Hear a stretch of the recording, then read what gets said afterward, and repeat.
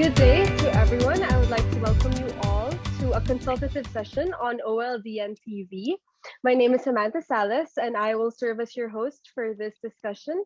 Again, this OLDN TV consultative session will revolve around the theme of practical integration in an organization as a performance strategy.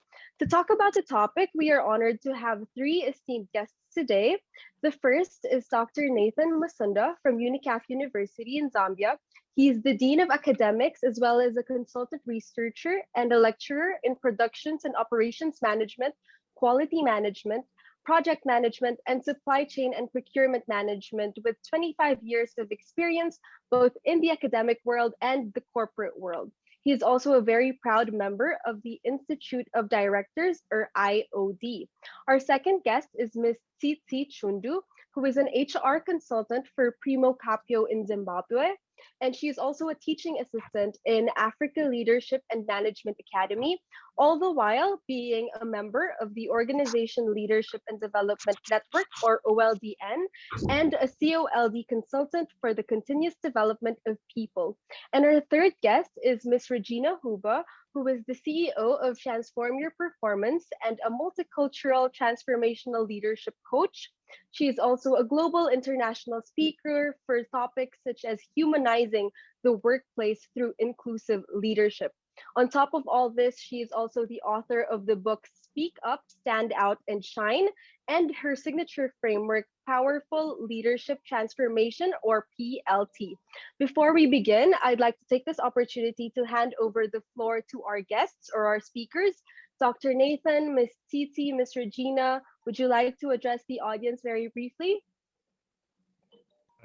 Thank you very much, Samantha, and it's very nice to be around this afternoon. And I'm sure we're going to have a very wonderful discussion, and it's a privilege to be around, and I look forward to this wonderful discussion. Thank you very much, Samantha. Thank you, Dr. Nathan. It's nice to see you again. Thank you. Thank you very much, Samantha, and welcome to all our guests. It's good to be here, and I believe we're going to ignite some good conversation, and we're going to be very practical in our workplaces. And as this is a series that is going to be coming on board, I want to trust that all of us and even more will join so that we make the change in our organization. Thank you. Ms. Regina? Yes, good day to everybody, wherever you are on the planet. I'm delighted to be here today and have this very international conversation. I trust that it will be inspirational, productive, and effective in the future. So before we begin, I'd like to remind the audience to like the OLDN TV and COLD page, share this video and other posts as well, and please feel free to comment any of your questions on Facebook or here on the Zoom classroom. Now, as an opening question, I'd like to address this question to Ms. Tsitsi and Dr. Nathan. How would each of you define practical integration in organizations? Of course, this is in relation to both small and medium enterprises and large organizations. Ms. Tsitsi, please go ahead. Thank you, Samantha. For me, practical integration is all about being able to harness the employees in terms of their physical abilities, cognitive, emotions. It's more of bringing the whole person to the job for them to be able to do their job. And also from an HR tip, when we are hiring in organizations, Samantha, we look at the skills, the knowledge, the attitudes, the values, the competences. So when we're looking at practical integration, we are now saying, are we being able to harness the knowledge that this employee does have, the abilities, the competence? Are we giving them the room? Are we giving them the space to actually participate to fully engage in everything that is happening in the organization. And the whole idea at the end of the day is we are saying the moment the employee is fully engaged, is fully integrated, they are able to give more to the organization and to even to their own personal development. It's not even just about the organization, but when an employee is fully or practically engaged, they've got more they are offering to the organization and to their own personal development. So for me, that's practical integration, and it's very key and very important in our organizations. It gives practical integration a deeper meaning, ma'am. We already see how wonderful this topic will be and how interesting it will be to see different perspectives. Dr. Nathan, how would you define practical integration? Yeah, thank you very much, Samantha. Like Tusia said, this is a very important, in every organization, be it at maybe SME or in a large organization. You notice, Samantha, that organization integration, can also be achieved when the goals and objectives are aligned between the external and internal influences. We have in every organization the external as well as the internal influences. So you find that the organization alignment is going to promote this wonderful collaboration and teamwork when it is brought together across maybe all the departments of an organization, different work areas in an organization, be it an SME or maybe a large organization.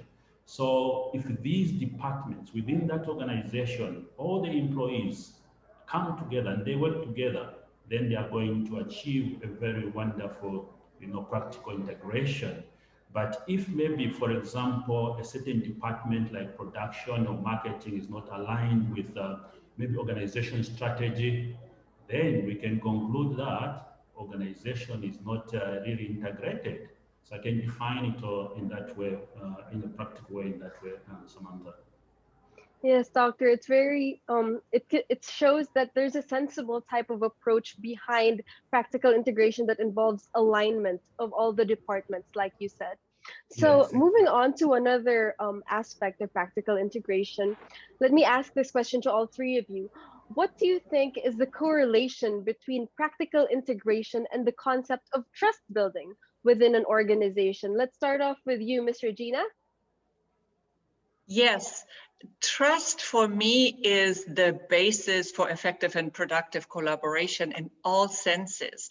And in a team setting, employees will only feel comfortable sharing their best talents if they feel safe to do so, especially when it comes to sharing talents that are not explicitly requested by their job descriptions or by their managers. We call this psychological safety, right? So as an employee, if I want to share an idea, but I'm afraid to be made wrong or to be dismissed or ignored, then I'll end up covering or hiding. I'll hide my best ideas, and I may get frustrated over time because I'm not operating in an environment where I can express myself. And I cannot express what's really inside of me, my best self, my best ideas. And as I get more and more frustrated, I lose interest in my work and I get more disengaged, and eventually I may even leave. And I may take my $1 million idea to a different organization, right? Because it wasn't heard before. And in that organization, I'm hoping to then be respected, of course, and I am hoping that I can trust my manager to listen and honor me and my ideas. So it's really important to realize that greater trust generates higher creativity and therefore also benefits innovation. And it also positively impacts employee engagement and satisfaction, and greater engagement usually also leads to higher team effectiveness and productivity.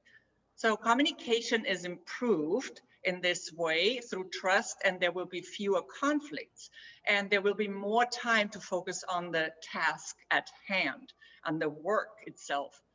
Trust isn't only important within a team, of course, and Dr. Nathan mentioned that right now as well. It's the management's responsibility to build trust through transparent and sufficient communication throughout the entire organization, so all the different pieces of an organization can work together more smoothly. So these are just a few examples of how trust impacts overall organizational culture. Greater levels of trust mean that the organization becomes a more agreeable place to work for everybody in it, and also everybody who works with it from outside, right? And I also believe that employee loyalty increases in that way. So again, in a nutshell, higher levels of trust lead to more creativity and innovation, higher productivity, and a better external image, which also makes it easier to attract new top talent, because we always want to attract the best people. Definitely, ma'am. Dr. Nathan, any thoughts on this question? Yeah, I think Regina has brought a very wonderful point there. And then, trust building, and Samantha, is very important, like it has also been mentioned in an organization. Because when you look at trust itself, it means, having confidence in both your, those terms that you have, the short term, the long term. But you notice that, like Regina has mentioned, if an employee is not content with their manager, maybe their boss at work, the team that they are working with, they may not even maybe last long in that organization. They will tend to leave tomorrow. So you find that even if these employees, as individuals or as a group, if they are not given that opportunity, or they are not encouraged to pursue their own maybe personal vision in that organization, I tell you, Samantha, they will not be confident. They won't have that confidence in that organization. And the outcome will be very, very, very bad, very sad, because they won't stick in that organization. They will start thinking maybe of going out to go and look for other maybe organization where they can work with. So trust building is very, very important in an organization. Maybe I can also just mention the self-empowering mindset, which is also another important thing for all the employees in the organization. You find that if these employees, they're supposed to have confidence in themselves, and they can even solve or sort out these issues if they are very confident in themselves. And at the same time, they can also maybe encourage other employees and to show that courage and compassion to the other employees if they have that self-empowering mindset. And Miss Titi, before we move on to the next question, any additional notes on this question? Yeah, thank you very much. I think what I just want to bring in is the fact that the leadership need to be trusting each other.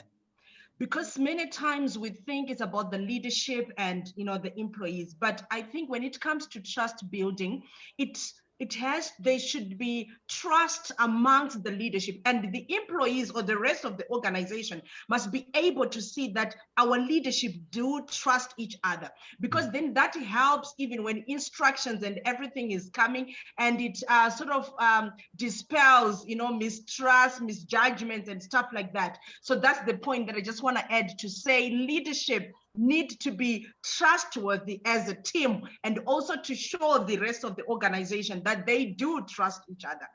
Yeah, thank you. I agree, ma'am. We'll touch more on the subject of leadership in a while. We have a question on that later. But for now, Ms. Regina, I'm going to go back to you and about how you talked about psychological safety and how it's very important that there's a confidence within employees to trust their employers and their managers or their leaders. So let me ask you now, ma'am, why do you think trust building is a key in bringing out the best in employees? And how does this impact the organizational culture as a whole, Ms. Regina?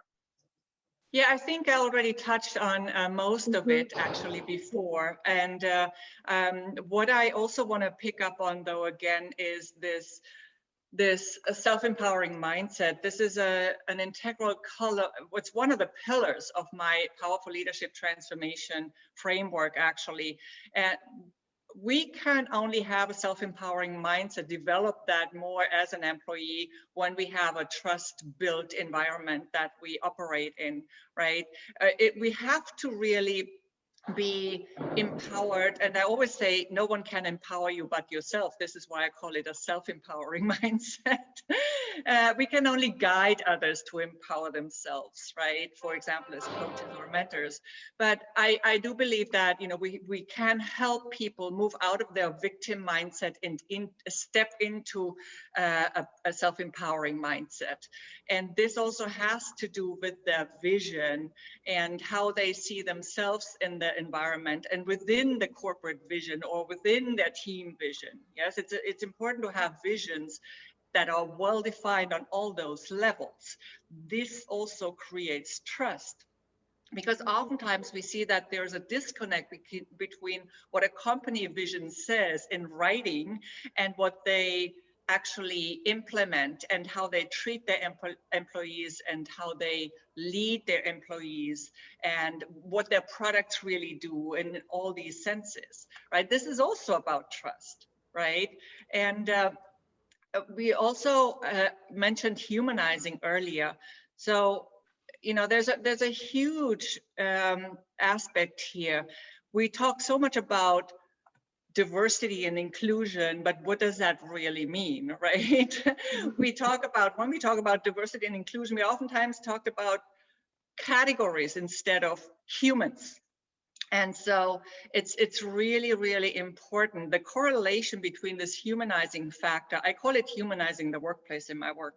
This correlation is huge. True integration cannot happen without trust, right? And humanizing the workplace is a concept that I came up with in the context of inclusive leadership specifically also, because in my opinion, putting people into categories and into all these different groups is not inclusiveness. We need to consider and respect the employee as an individual with their unique talents and skills, rather than seeing them as part of a category. And that's truly honoring diversity, and that's the humanizing piece. And this also can then build more trust, because I'm now respected as the individual being that I am. Yes. So this is what I wanted to add, but I think most of it was said earlier. Yes, but the specific examples and specific scenarios always help solidify an idea, ma'am. And especially now, this point is very impactful because of the current day situation where there are remote operations or online and distant operations, which make the human touch seem lessened in an organization. So speaking of, and going back to the idea that leadership and correct leadership in an organization, well, politically that's very hard to define, but leadership is very important in any organization. Let me ask Ms. Titi and Dr. Nathan now, how would you resonate with managers about the importance of practical integration as a real need or a practical matter in an organization? Ms. Titi? Thank you. I think like what has just been said, leadership does play a very important role in terms of directing the organization. They play that strategic role. So I think management is there to even strategize in terms of the practical integration for the organization. So that should be actually part of the strategy. It's not something that we're just going to say, okay, when we are out, but I want to believe that it must be part and parcel of the strategy. And this strategy of integrating, of engaging employees must also be very clear. It must be well communicated to the employees, to the various departments and the various sections. But also, one other thing that I feel managers need to be to take note of is that sometimes, even if they've come up with a strategy, there are also strategies that come from the bottom. So I believe that it's the responsibility of the managers to then take the strategy that they had and the strategies that are coming, because what is also very key in organization, if we're going to have that free mind, there are going to be new ideas that are going to be coming. There's going to be new integration and new systems that emanate from the people themselves. So I want to believe that for me, the role of managers now is then to fuse in their management strategy that they came up with and what is actually maturing and just emanating from the people, and then they fuse this to come up with a better practical integration strategy for the organization. It's a very nice way to see it. Managers are more of bridges rather than an actual mode of change. Dr. Nathan, what do you think about this? Yeah, I think Regina and Cecilia, they have brought up very, very good points there. But just in addition to what they've said, you find that managers indeed, Samantha, they should realize and appreciate the importance of practical integration as a practical matter in every organization where they are as managers, especially when it comes, to improve employee satisfaction and loyalty. Because when you look at employee satisfaction in some sectors, they also term it to be job satisfaction, which is a very important thing in every organization. And it talks about, an extent to which that individual, that employee in that organization is happy with the job that he or she is doing, as well as the role that it plays. So you find that if you go into the human resources, there are a lot of theories that have come up. Some of the theories talks about expectations, and these theories, Samantha, of expectation, they say that satisfaction depends on the gap between what an employee expects from a job and what they actually get. So employee satisfaction is very important when it comes to this practical integration. Even just the loyalty itself, employee loyalty, this is also another important thing, because the employees who are loyal to an organization are even going to stay in that organization. They won't be thinking of maybe looking for what we can call maybe greener pastures or alternative or employment opportunities, because they are very loyal to that organization and they will stick and contribute to the smooth running of that organization and hence achieving the goals and objectives of that organization. I would agree with all these points, especially in the fact that you said that there's loyalty and satisfaction that are interlinked. And overall, this would lead to higher productivity and a better organization in general. So again, going back to what we discussed a while ago with Ms. Regina, Dr. Nathan and Ms. Titi, would you agree that the relationship between practical integration and conversational intelligence is a means to fill the gap in organizations, which is more present now because of online or remote operations? Dr. Nathan? Yeah, Samantha, online operations, I should say, Samantha, that they have come to stay. Whether we like it or not, the online operations is there. We're not sure, Samantha, when these restrictions as well as the lockdowns are going to stop completely. So as these lockdowns and the restrictions continue, we just have to use the online operation to carry out maybe a practical way to engage in practical integration, to engage our employees so that the employees can be engaged. I can give a very good example, Samantha, of our university, which is Unicaf. It's a very good example of online. We are the pioneers of online learning, and it's going on well. So I think this is the gap. It has, closed that gap that was going to be left behind if the online was not there, if the online operations were not there. But because it's there, we'll continue with all the, practical integration of the employee in that organization there. Yes, and I remember, Doctor, if there are any viewers that tuned into our last episode, we closed the session saying that they should embrace change and stop resisting it because it's gonna come eventually. Exactly. So, Ms. Titi, yes, Doctor, I completely agree. Ms. Titi, any thoughts on the growing gap because of online operations? Yeah, what is actually exciting me here in Zim, I've discovered that a number of big organizations, the lockdown conditions have been lifted. People are free to go to their workplaces, But for some reason, a number of organizations, big organizations, non-governmental organizations, have decided to continue working from home. They have not actually gone to work. So I think, like Dr. Nathan is saying, this thing is not just now it's no longer really about the pandemic, but people have actually found a new zone, of work, a new workplace actually online. But what I want to say is key for me is for us to ensure that we are practically engaging and we are we are not losing anybody in the maze. I think it's very important to be systematic in the online communications that we might be using, for instance.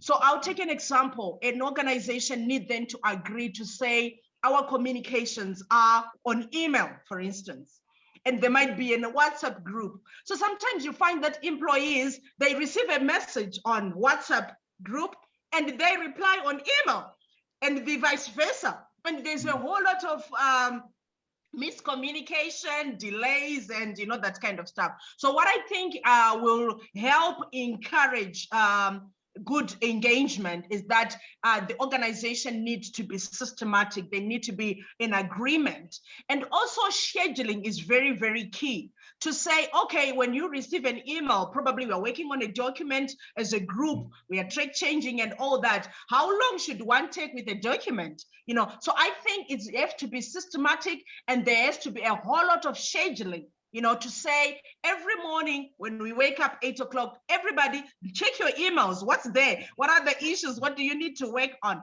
So that way to be able to really improve. Otherwise, there's a whole lot of disturbances with the working from home. There are the kids, there are, if there's no scheduling, we can actually lose it out. And, somebody, if they're not given the feedback on time, they might actually get disgruntled and that kind of thing. So what I think is very key is to be systematic about it, to have those feedback system, and to have a good schedule in terms of how the communications are going to be done. Otherwise, it's here to stay and we need to embrace it. Yes, and I think we can connect this to what Ms. Regina said about conversational intelligence and communication. There really is a very big leap of improvement when communication is improved. So I think we can connect that to this. So in the process of talking about the evolution of workplaces and the industry and the economy nowadays, let's talk about the topic of change. So a question for the three of you. Do you think that practical integration can be linked to how people react and often struggle with the continuously changing nature of organizations and, of course, the continuously changing nature of life in general? Ms. Titi, why don't we start with you? I think for me, what is important is whatever change that is happening in an organization, for people to react or to struggle with it and all that, one thing that can actually smoothen that whole thing is we need a good change management kind of system and processes and all that, so that whatever is happening, each and every employee are aware of what is actually happening, where is their new place, what is their new contribution, how should they react, how should they what. So what I think is very, very key at the end of the day is that for practical integration to take place, all changes, there must be a good change management system. All changes should be clear, should be shared with everybody within the organization, so that they can contribute meaningfully, and also they can share their fears, because every change brings a lot of fear. And the moment those fears are not addressed in some sense, the moment those contributions are not shared, then employees tend to close in and say, okay, let them do whatever they're doing. So what I think is key is to manage that change, so that every employee can actually contribute meaningfully. Thank you. Yes, systematic organization. Dr. Nathan, what do you think about this? Yeah, I think I agree with what Cici has said because this practical integration, it can be used very much to make people, the employees and organization more comfortable with change. You see, we always say that it's difficult to accept change, and this is a human aspect. It's a normal thing in an organization. Whenever change comes, some people won't be in a position to accept that change immediately. But however, if the employees, the individuals in that organization are part and parcel of that change and they know the change is going to take place, they can easily accept that change and even maybe adopt and implement that change that organization is trying to bring on the table. So it's very important that everyone in the organization, understand the change and they accept the change as long as they are part and parcel of that change. They're involved, they are engaged in that change. Mhm. Yes, Ms. Regina, any additional notes on change and practical Yes. integration? Change is an interesting topic because I actually love change. But just to go back for a moment to the conversational intelligence, I want to clarify something. So conversational intelligence, or CIQ, isn't just a term, a general term. It's an officially registered trademark, and it's a modality that I studied for coaching, for example. And it's also used in corporate environments in many different senses. But I've been using it in the context also of trust building, and it's a method with specific tools that help us navigate more successfully through team meetings, through negotiations, and improve our verbal communication and build trust. So I just wanted to quickly clarify that so that people know what Thank we're you for doing. clarifying that, ma'am. Yes, Yes. of course. So change for me, change is I like change because I always say I get easily bored, although I'm never bored because I always have something to do and to think about. But, change is challenging for most humans, though. That's a fact, right? But we also know that change is the only constant. So we need to find a way to help employees become more comfortable with change, help them release their resistance to change, and guide them so they become more willing to embrace change. The more I have found this, so the more personal transformation they have gone through, the easier this should get. Meaning training and coaching can make a huge difference. Yes. Practical integration also should be supported by training that focuses on this tapping into our unlimited potential and realizing the tremendous adaptability and creative power we all have inside of us. Sorry. I get so enthusiastic when I talk about this topic. And so the right training also teaches us resilience, for example, which we need for change. Why do we need resilience for change? Well, because change always means uncertainty, ambiguity. We need to offer tools that deal with this uncertainty and ambiguity as part of this integration. That's what I believe. So, in the topic of change and the constant nature of it, Ms. Regina, let me ask you, you have written about new business consciousness in the past. So, what does this stand for, and how is it related to the integration of employees? Yes, thank you. So I wrote an article which I published on my website, transformyourperformance.com /new business consciousness. So the website is transformyourperformance.com /new business consciousness. This is where you find this article, the full article.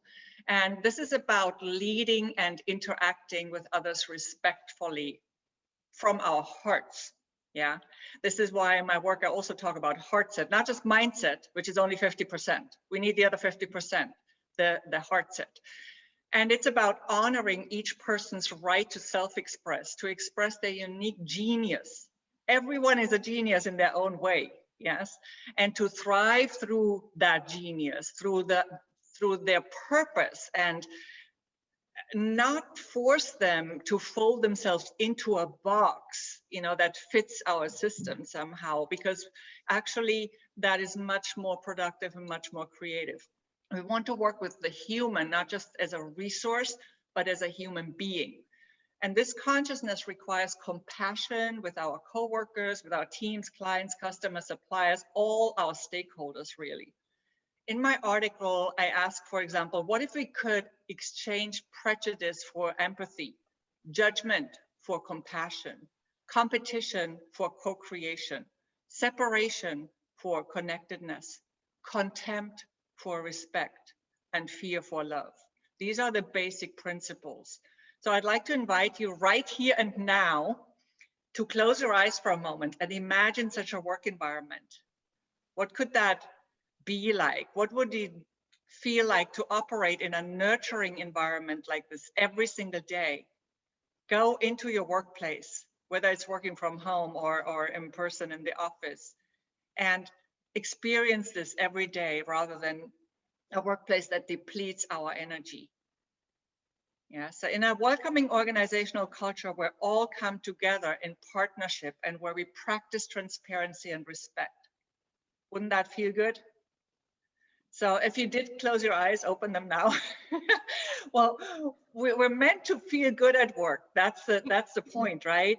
To be happy and feel fulfilled through the work we do and the impact we make. And this means as leaders, we have the responsibility to work towards this scenario, even if it's not perfect right away. Work towards an organizational culture where all can thrive if they want to. It's a very impactful Sorry, image. My Samantha, favorite. It was so if beautiful. I may just come in. Of course, I Miss think when Titi, go ahead. was speaking, I just got to that zone where I say to myself, I think I've been expecting a lot from others and not giving it myself. You know, sometimes you go there, you yourself have got content, but you don't want others to, you know, you don't have empathy and everything. So thank you very much for that, Regina. And I think I need to be more introspective and move forward. We'll visit the website and look at the article. Thank you. Yes, I'm guessing that you have very high standards for yourself, so you think others should comply with those standards too. You know, and that's what we tend to do. So we sometimes need to put ourselves in other people's shoes and just say, okay, they're just doing it differently. Yes. Yeah. Thank you. It's a very beautiful message, Ms. Regina. Actually, I really like the part where you said we should trade out prejudice for empathy. Because even when we try to be conscious about not being biased towards a certain cluster of people, we always have some kind of prejudice or stereotype in our mind. And it's a conscious effort to always battle it, to always see past it. So fear instead of love, we should have love instead of fear. It's a very powerful message. Okay, to move on, Ms. Titi, coming from an HR background, I'm going to ask you, do you think that practical integration can be considered a tool in creating an effective and sustainable organizational culture? Definitely, because one thing that practical integration does bring is, like I've been said, is loyalty. One thing, it brings a sense of belonging. And because you are allowed to be creative, to be innovative, that environment you want to stay is going to be sustainable because you feel this is the place. You look forward to going to work. So I was just on internet in the morning and Google, I was on Google actually, and they were saying the coming up of Gmail and other products, what's the other one? I'm forgetting the other one. We're actually a result of the innovativeness that is allowed within the organization. So we have got directors, yes. So it's sustainable in the sense that everybody feels at home. Everybody feels their talent is recognized. Everybody feels their creativity is honored.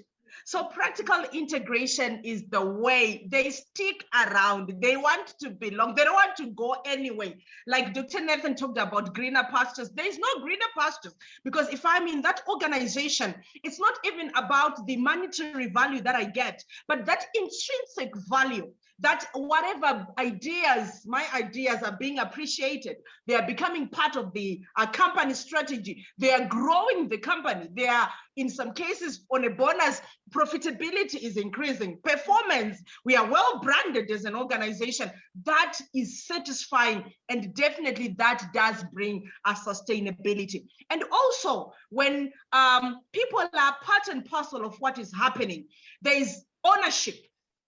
So it's no longer the board's resolution. It's no longer the management's position. It's our position as an organization. So you tend to feed a lot into it, build into it, because it's also you. It's part of you. It's what the organization, and you are part of the organization. So at the end of the day, yes, practical integration does contribute a lot to sustainable development within the organization. I agree, ma'am. And of course, a sense of belongingness, like everything we've said before, sense of belongingness would raise loyalty, it would raise employee satisfaction, and hopefully improve productivity as well. To move on, let's go to Ms. Regina. Ms. Regina, we've already spoken about leadership and its importance. So let's go back to that topic really quickly. In your point of view, why is self-leadership and personal transformation critical for authentic, transformational leaders? And what are some essential elements that this personal transformation would include? Well, I always say, leading starts with self, period, right? You cannot lead others if you don't know how to lead yourself.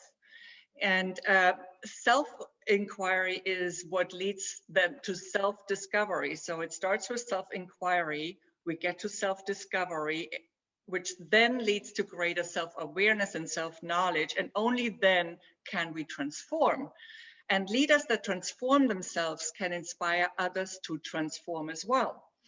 I also wrote an article about this for a magazine just recently. So transformational leadership must be authentic leadership. And authentic leadership includes a leader, the leader person, right? So it includes themselves. What do they stand for? What are their values? In order to represent our values and what we stand for, we first have to become clear on what they are, right? And what is it that we stand for? We also must know that our strengths are what our strengths are on the one hand, and what our shortcomings are on the other hand, how we are perceived, how others perceive our words, how they perceive our behavior, and how do we communicate, how do we come across. That is about self-awareness in connection with social awareness. Yeah, so self-awareness in connection with social awareness. In my view, the most beneficial type of transformational leadership is heart-driven leadership, ethical leadership that turns into a partnership, where power is shared and not exerted over others, not the old model, the authoritative model. Yes, authoritative approaches do not really benefit the expected outcome we want to see. And hierarchical organizational structures are outdated, we know that. But how do we implement the newer ones? That's the challenge, right? So how do we move? How do we shift and make that transferal into the more productive and more agreeable systems? So we must move toward a more participative approach, which is what integration is really all about. So to lead others, you should know and lead yourself first. Another one-liner, ma'am. You're just giving us one-liners that you can use over and over and over again. Yeah. So let me address the question to all three of you now. Would you deem practical integration a general and broad concept that should be adopted by all organizations? Dr. Nathan, what do you think? Yeah, I should say, Samantha, that it should be adopted by all the organization there, and it's very, very important that it's appreciated. We've talked about, involvement of the managers and the employees, working together. That will mean a lot. You see that if they are part and parcel even of the change that is taking place in that organization, like I mentioned, they're integrated, they're engaged in that organization, and they feel that they own that organization. They feel part and parcel of that organization. And in the process, you find, like we have said, productivity is going to go up. Everyone will be so happy. They'll be smiling. When you are entering the office, you are happy. I've seen some of the organization where even just greeting somebody in the morning when they arrive at work, it's a challenge, it's a problem, because they are not part of that organization. They feel they're not part of that organization. But if everyone is together, it helps, and you are going to achieve a lot of things into that organization. Miss Titi, any thoughts on this? Yeah, very agreed to what Dr. Nathan you've said, but I'll just divert a little bit and say Yes. this integration even starts at a family level, you know, with family, with our spouses, our children, and you know, that kind of thing. So that's how important it is actually. Then one dimension that I want to bring is that I believe one of the integration that is very key in organization is amongst the employees, amongst the workers themselves, because the manager might try to integrate everybody. But when tasks now are done within the teams, within the departments, and some people, you know, like Regina, you've just put it, they're just contemptuous about the next person. You know, so when a task is given, they try by all means to do it themselves, you know, and outline or you know, sideline the other employees. So I think it's very key, and it needs to be a culture within the organization where integration is actually happening at various levels, even those visions that were being talked about, the units and stuff like that. That is also very, very key amongst the employees, because as HR, you then always hear these conflicts and you know, that kind of stuff. And sometimes most of the root is actually more, sometimes like the other person doesn't want to integrate the other person, they don't want to engage the other person, favoritism, you know, all those other dynamics. So I feel practical integration is very, very key on all levels within the organization. Thank you. Ms. Regina, any additional thoughts on this? Yes, so I think, you know, we talked a lot about remote work as well, and I believe that in this situation of remote work, and this also happened before, it's not just happening now, there are people who work with other, you know, people in other locations, for example, right? But it is even more important in those situations of remote work to encourage networking, even beyond your team, not just within your team, yes? And to also set up dynamics and systems. We talked about systems earlier, yes? Systems to promote team bonding. For example, to not only talk about work itself in a weekly team meeting, but maybe go around the team, you know, go around the room and have everybody share something specific. This is also a good way to have people speak who wouldn't usually always speak, maybe introverts. You know, if you have a specific theme that you ask the team for, and everybody has an opportunity to speak for a minute, then this encourages everybody to speak up and to have a voice. And I think this is even more important now, because the natural networking, you know, in the coffee kitchen or whatever that dynamics was in the past is not happening now. So I think this is something that I wanted to add. So to expound on your answer, Ms. Regina, let me ask you, what is your signature approach for greater employee integration? Well, I have two basic modalities that I work with. One is my own, and one is one that I studied that I mentioned earlier.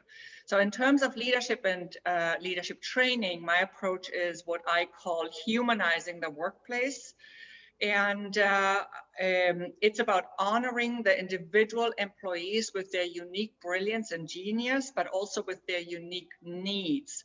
And this is where I use a lot of this modality, conversational intelligence, because it has excellent tools very specific tools that we can apply. And it's also complementary to my other framework that I created myself, which is powerful leadership transformation. So conversational intelligence gives me the verbal element, in, which is the complement to the other elements of my signature framework, which is called powerful leadership transformation.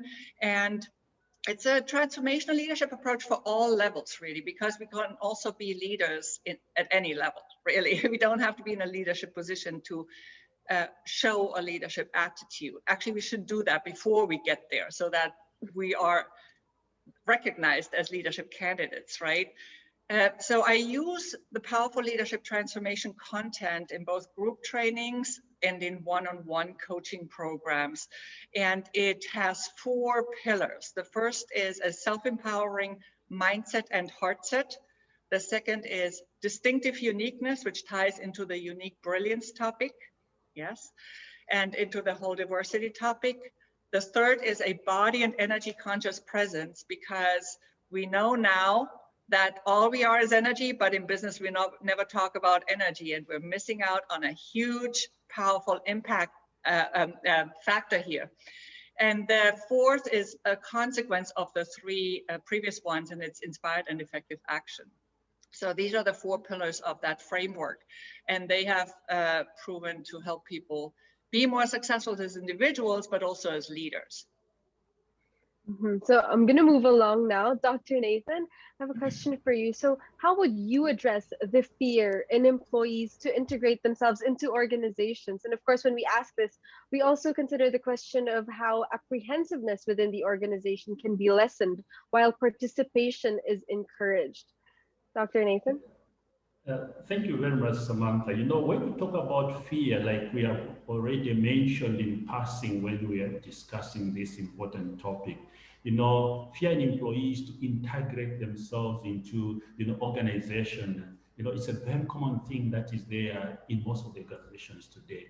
You see, when you just mention just the word integrate, you know, Samantha, you are simply talking about, you know, combine one thing with another. In an organization, to form one, you know, in an organization, it means you're bringing everyone together in that organization, from the topmost, you know, person in the organization, who can be the CEO, the managing director, to the bottom man in the organization, to bring them together so that they work together. Now, there is that fear in most of the, you know, of the employees to be integrated in the organization. Now, they fear to make suggestions. They fear to bring out very good ideas.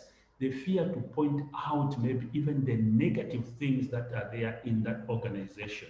Now, the question, Samantha, is why do they fear?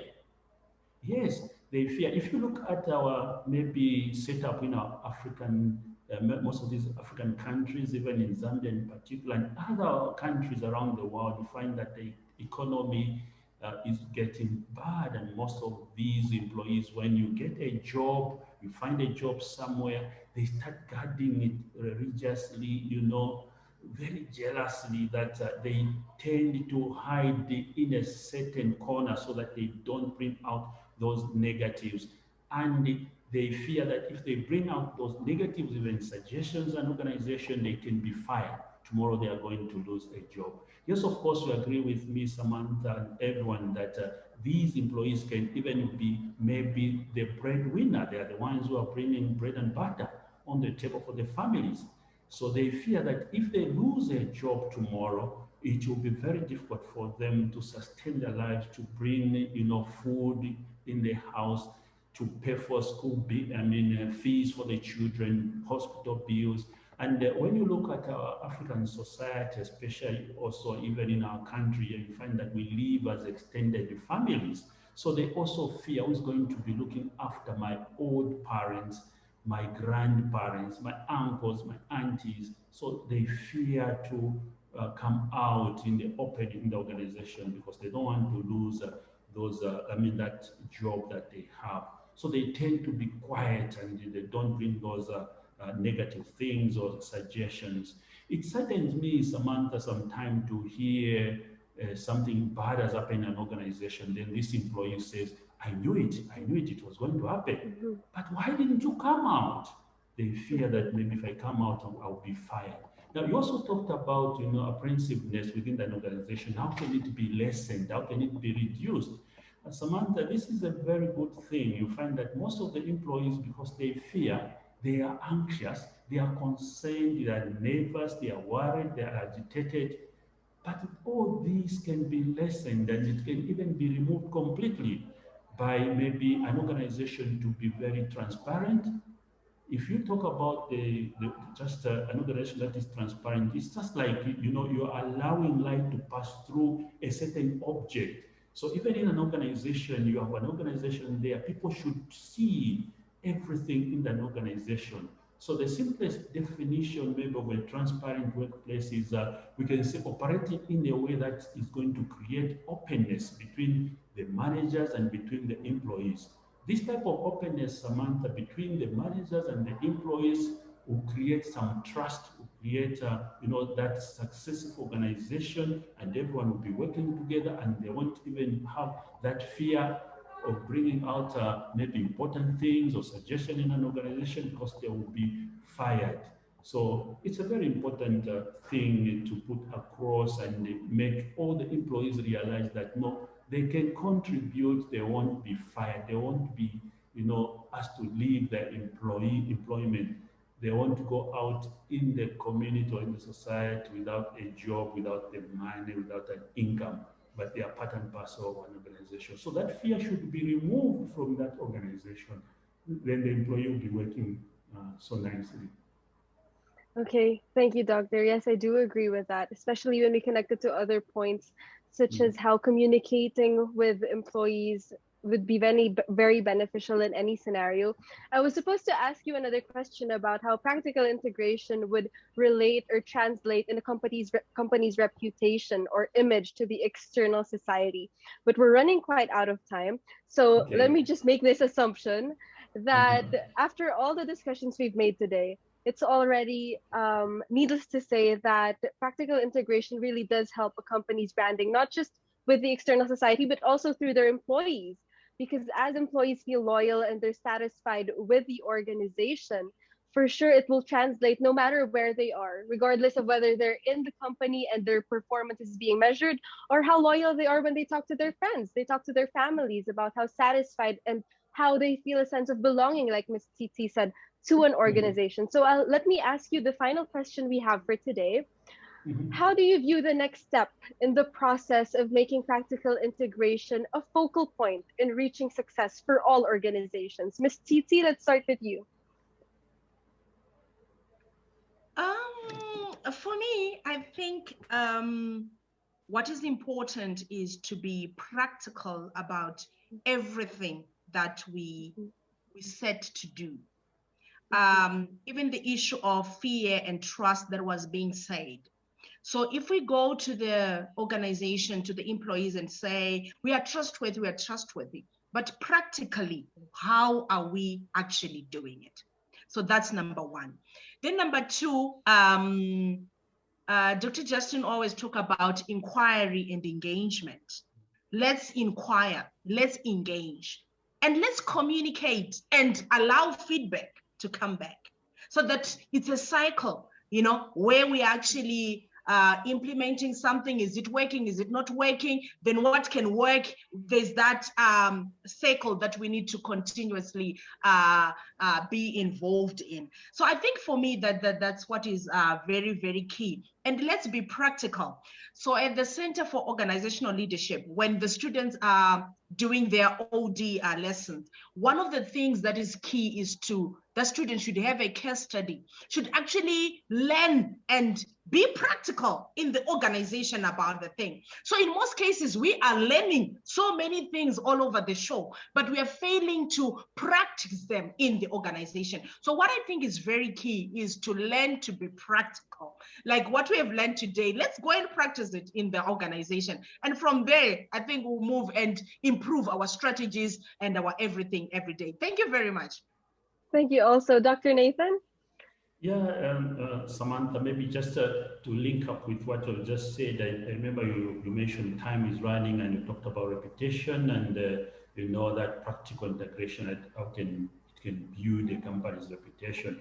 Yes, I just wanted to say that it's also a marketing tool. You have already mentioned that. But looking at the question that you have asked is that we have to consider, bringing in all the HR leaders into place and those who are in the SMEs and also maybe senior leaders, they should participate maybe in the upcoming conversations and they should also open their doors for collaboration. That will help very much integrate to have a practical integration in that organization. Mr. Gina, any thoughts on this question and final notes?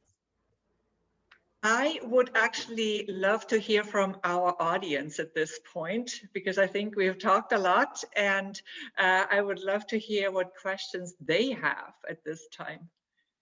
So am I. I'm looking forward to it. Dr. Justin, should we open the floor for any questions from the audience? Yes, sure, you can go ahead. Are there any questions from the audience? You can send it through chat or feel free to open your mic at this point.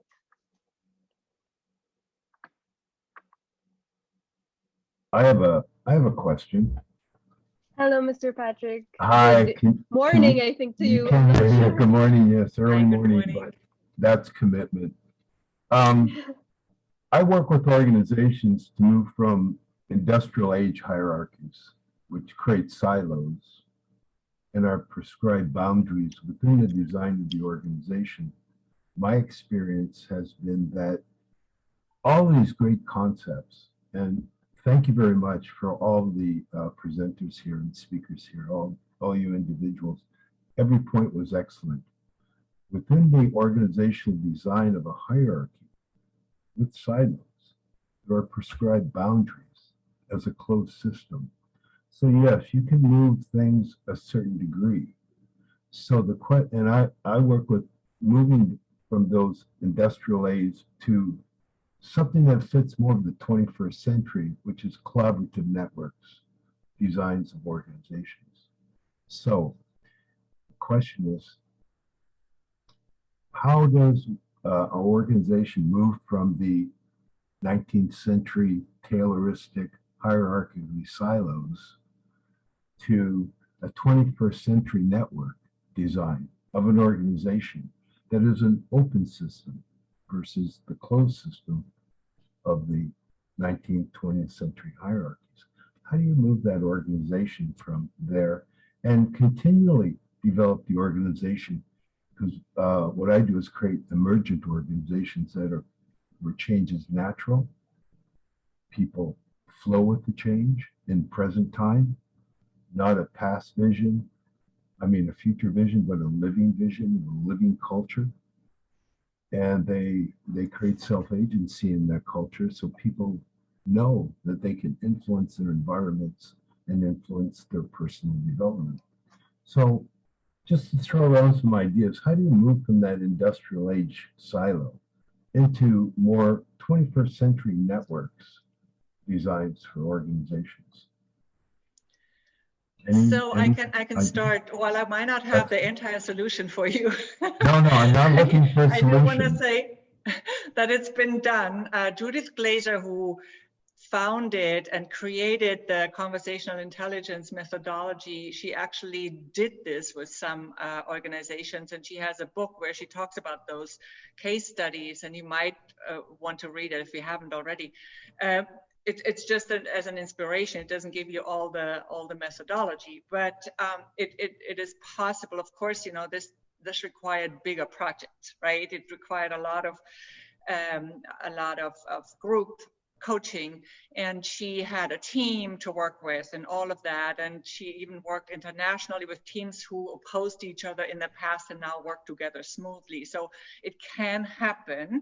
Yep. But also I think the first step is, and you know this of course, is to lead with the benefits, right? Look at the numbers and say, okay, what's not working now? What do you want to improve? And go to top leadership and really get their buy-in.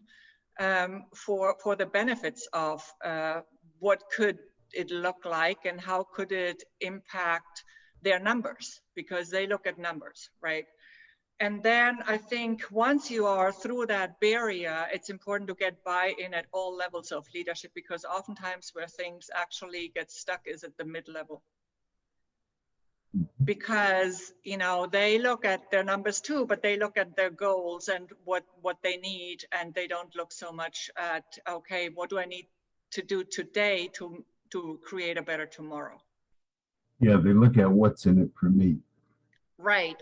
But if you can somehow bring that across, what's in it for them, you know, this is why it should ideally start from the top, because then if they get that encouragement, and if those goals are integrated into their number goals, then, you know, then it looks a bit different. If their reviews are done in a way that, you know, that this other goal has an impact as well on their compensation, then it changes, right? Excellent. So basically you're saying it's part of the business strategy. It's not a nice thing to do, but it's a business strategy in order to enhance everything you've said and everybody has said in the last hour. Sorry, can you say that again? I missed the first part of your question. I guess what I'm just agreeing with you that this transformation to a different design of the organization that creates open systems is a good business strategy. Oh, yes. Yes. Rather than I think so. It's a nice thing to do. Well, it's both. It's not, you know, it's both really, Yes. but you want to lead with the business strategy because that's what they want. There you go. Exactly. They can relate to that. Yeah. Thank you. Thank I hope you. this helped a bit. Helps a Ms. lot. Titi, Dr. Nathan, any thoughts on Mr. Patrick's question? Yeah, I think Samantha Regina has covered it so well there, and I'm happy that Patrick has even appreciated that this is a very wonderful conversation there, because if you put an organization there, a business, and it's true, it becomes a business strategy there. Yeah, I think it has come out so nice, so well. I support that too. I would agree, and I would like to thank Mr. Patrick actually, because he brings a more realistic view of what we're trying to say, and that's exactly why we tried to label it as a performance strategy, sir. So thank you for reminding us of that and the other viewers. There is a question in the messages, and it's Mr. Tendekai. I hope I'm saying that correctly. I hope it's fine that I read it for you also. So the question is, when you realize all the problems and you see that the organization is probably toxic because the leadership will victimize anyone who tries to bring different ideas, how do you go about that as a subordinate? So Ms. Titi, Dr. Nathan, or Mr. Gina, any thoughts on this? I'm going to hand it over in just a second because I answered the other question, but I wanted to start with the term subordinate, right? So maybe we can stop calling people subordinates, because we are not the king and the queen, and we're not we're not in a feudalistic system. So they are employees, and yeah, I think, or staff. I don't know what your preferred term is. But I think we also need to do that ourselves as employees, not call ourselves this and see ourselves more as partners. It starts with ourselves as well. And then I'm handing it over to somebody else. Just in addition to what maybe Regina said there, you know, when you look at, you know, working together, it reminds me of where I used to work some time back, you know. Like I think Regina said there that if somebody is look at himself as a subordinate, of course, even inside your head here, you're already putting yourself at a lower level. That I cannot make a decision, I cannot say anything. Whatever I'm going to say, no one is going to accept what I'm going to say. We had a very wonderful, you know, system. We used to call it deliver the promise, working together. You know, some of you maybe you know Dyna Nobel is a Swedish company. They're very good at that. I'm not selling them. No, I'm just saying they brought in a very wonderful point that up to now I live with that and I've appreciated. It will deliver the promise. We used to have some, social functions every month. After every 3 months, we come together where we remove away the manager, a subordinate, like we are saying, that culture where everyone is just going to be one in that social function. And everyone will be talking about things, that affects the organization. In that process, we find that everyone was free and they were all working together. Then every Friday, we used to have some toolbox talk. We talk about the safety aspect of the employee, anything that is affecting the employee. That was helping us to be together.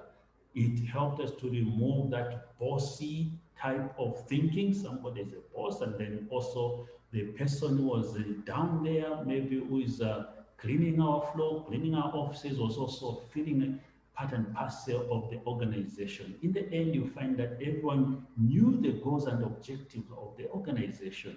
Even if you just mention, what does the mission of the organization say? What does the vision? Everyone will bring them out because they appreciate and they are part and parcel of the organization. I thought I can just bring that one now. Ms. Tsitsi, any additional thoughts on this? Okay, so as I respond, allow me to bring back that word subordinate for a reason.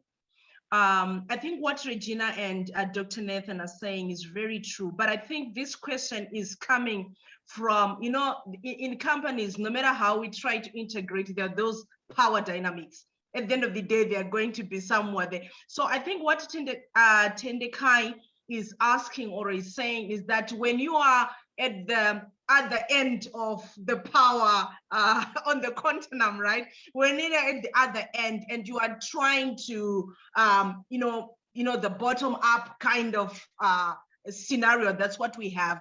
How do you go about it? So whilst it's the responsibility of the leaders to do that, but in some organization, unfortunately, Dr. Nathan, it's not like that. The leaders want to be the leaders. They want to maintain their positions and they are the bosses. So I think that's where he's coming from. So my answer to that would be one thing, maybe the leadership also fears that some of the subordinates are not trustworthy. So the whole issue of building trust also comes into play. To say everybody in the organization should also try to build trust with the leadership, with one another, and also with the leadership. So sometimes those in leadership certainly resist certain things because we are not coming from a trusted kind of position. So what I would say is one of the key things is also that each and every person within the organization need to build trust with those at their level and the higher level and lower level, so that whatever comes on board, it's accepted. Because sometimes the resistance is not just in resistance, but we have not gained the trust, if I may put it, of the leaders.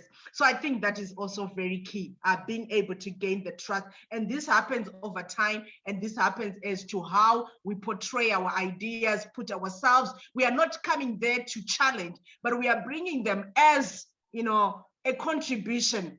How about this? How about that? If I'm not mistaken, I remember Dr. Justin talking about when he was working as a clerk in a certain bank, and he continuously engaged with the leaders until a certain time where the leader then say that he had gained trust, and the leader say, okay, can you be sending me these reports each and every time? So I think it's also about being trustworthy and not expecting the change to take place immediately. Keep pushing in a soft, well-toned voice, well-toned everything. I think at the end of the day, you'll be able to break through into the leadership. Thank you. This is exactly why we have these consultative sessions, because we see different points of views with Dr. Nathan and Ms. Tsitsi and the input from Ms. Regina. So are there any other questions or any other discussion points that you would like to raise while our speakers are still here? Patrick was saying something. Yes, sorry, Mr. Patrick. Go ahead while Mr. Madidi is typing.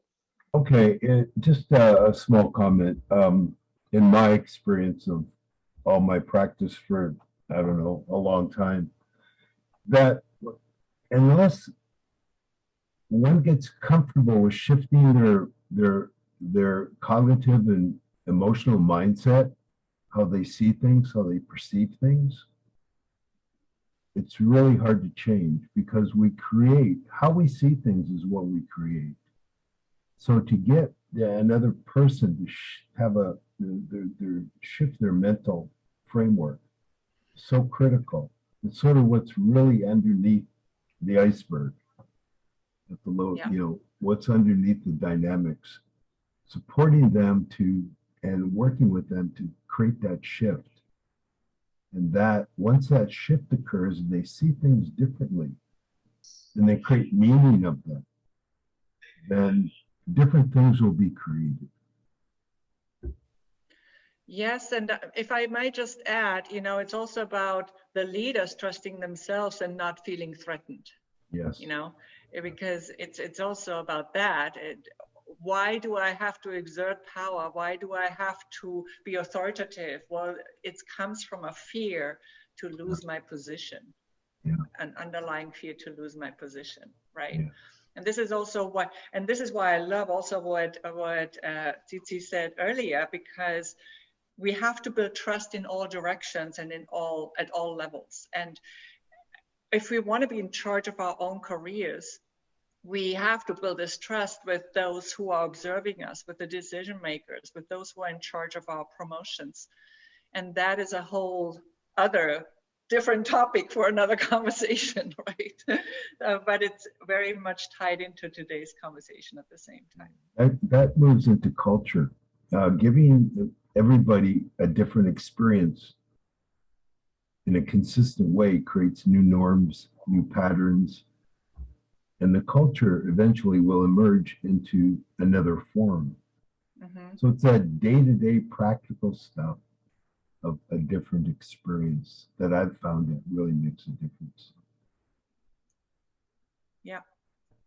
So Mr. Madidi has already typed in his message. So he said, I was following Regina and Tsitsi's response to Mr. Tendakai, but I kind of think that there are some leaders who are resistant to change, especially when being proposed someone junior to them. From previous experience and experiences of colleagues, both from business relationships and voluntary organizations. So that's Mr. Madidi's input. Thank you so much for your input, sir. Dr. Justin, do we still have more time?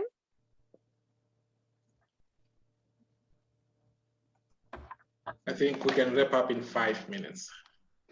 Okay, so are there any other questions or any closing notes from our speakers or any of the participants? Mr. Patrick, anything else you would like to share? This whole thing about resistance to change, I've written about it so much, it's a myth. It's not the resistance to change, it's how change is brought about. It's the process of change. And if the process of change is mechanical, technical, doesn't fit, then people will resist it because their experience is not congruent with what they desire and what they want. So I can talk about this for 3 days, but I really think resistance, it's how you bring about change is the key.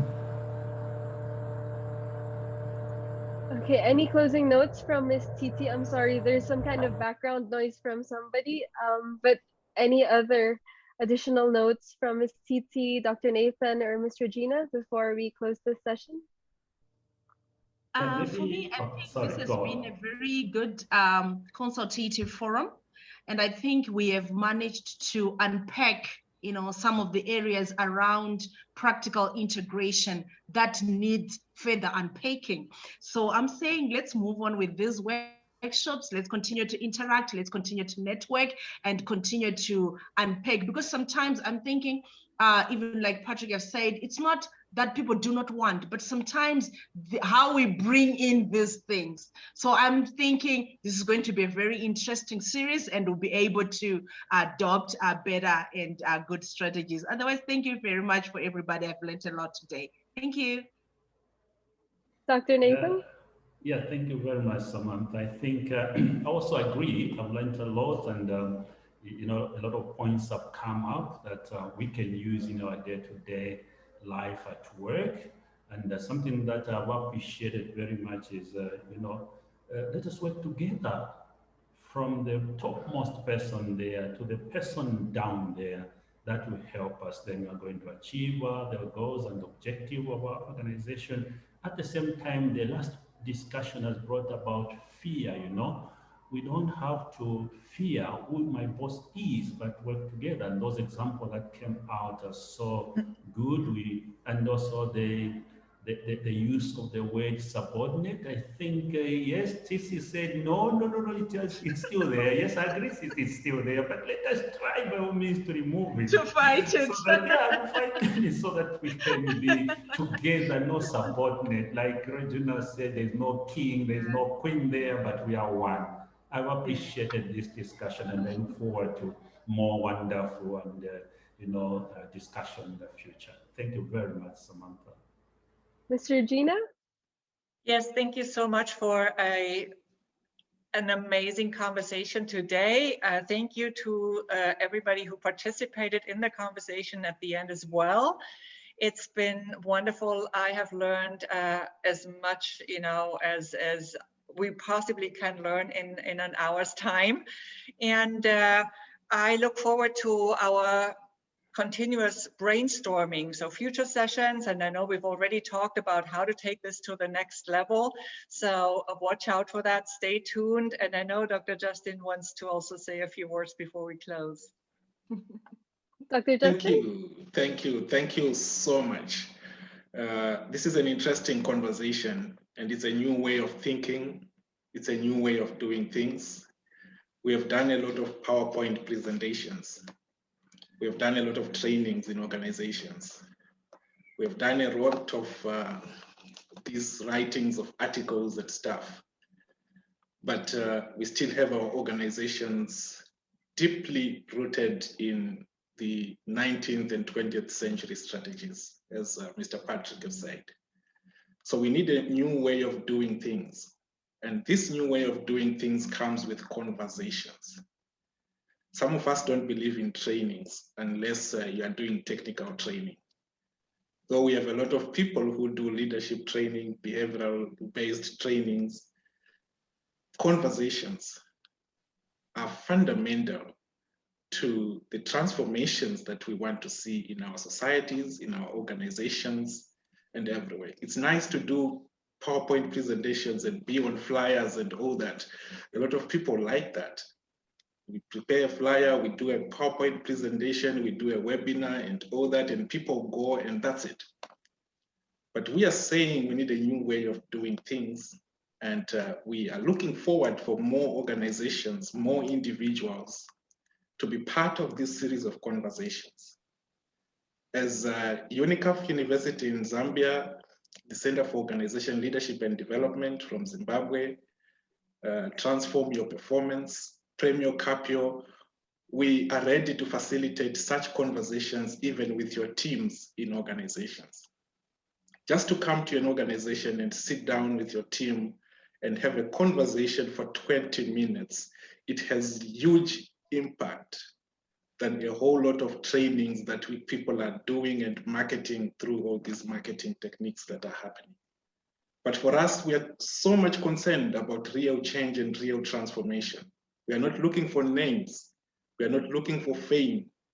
We want to have something that is really transformational in organizations, and we want those who are transformation-minded to partner with us and facilitate these conversations. So those who would want to speak in our next conversations, this is going to be a monthly series. Please feel free to engage with us, and we need you to engage with us on time, like this week for those who want to be part of the conversation next week. because Samantha would need a whole month to prepare for this. It's not just a conversation that happens overnight. It's not a copy-paste conversation. It's not something that we search on Google. We need a month to prepare for this 1 hour conversation. We are moving away from PowerPoint presentations. We are moving away from these funny trainings just to make a living, to really lead transformation in our organizations. And we look forward to that. And I do know my colleague Patrick is ready to be part of our next conversation. And we look forward for other members also on this platform today. Either you're following us on Facebook or you're on this Zoom session, please engage with us and let's plan the next conversation as we lead real transformation in our organizations. And as these panelists have said, it starts at self, and we need that to happen. We need to move away from 20th century thinking in organizations, Taylorism, Fayolism, verbalism in organizations, hierarchical structures, and this division of labor that does not build people to have more collaborative networks, people engaging in generative conversations, workplaces that are empowering, that helps people to realize their creative abilities. This is what the 21st century thinking should be. We need leaders who lead and not leaders who just hold positions. And this is what we are doing. So on today's session, I would like to appreciate Ms. Regina, Transform Your Performance. I would like to appreciate Unicaf University International and Unicaf University Zambia, and also Premio Capio here represented by Tsitsi, and everyone else who joined us today. This is a series of conversations. It's not a once-off PowerPoint presentation, and we need to engage with everyone. We value every contribution. Even when you think it's least worth it, we really need to engage with you. So please engage with us and let's move this vision forward and make it a living vision and living culture, as Mr. Patrick has said. Thank you so much. Back to you, Samantha. So I'm sure that all of us hope that we had more time for this very insightful conversation and discussion. But with this, we come to the end of today's session. Again, Dr. Nathan, Ms. Tsitsi, and Ms. Regina, we deeply appreciate you giving us not only your time, but all the relevant information you shared with us during this discussion. And to all our viewers and participants who decided to join in with us today, I trust that you gained more knowledge, not just on practical integration, but all the other subtopics that we touched on as well. Like always, thank you so much for joining, and we hope to see you again very, very soon. So again, my name is Samantha Salas. I'm wishing everybody a good day, and please stay safe. Thank you very much. Thank you, Samantha. Bye. Thank you. Thank you. See you soon. Thank you. I'm Thank in you. for the next meeting. Thank you. Yes, unmute yourself and say goodbye to us, please. I would love to hear your voices. Goodbye, Regina. Goodbye. Goodbye. Thank you, Regina.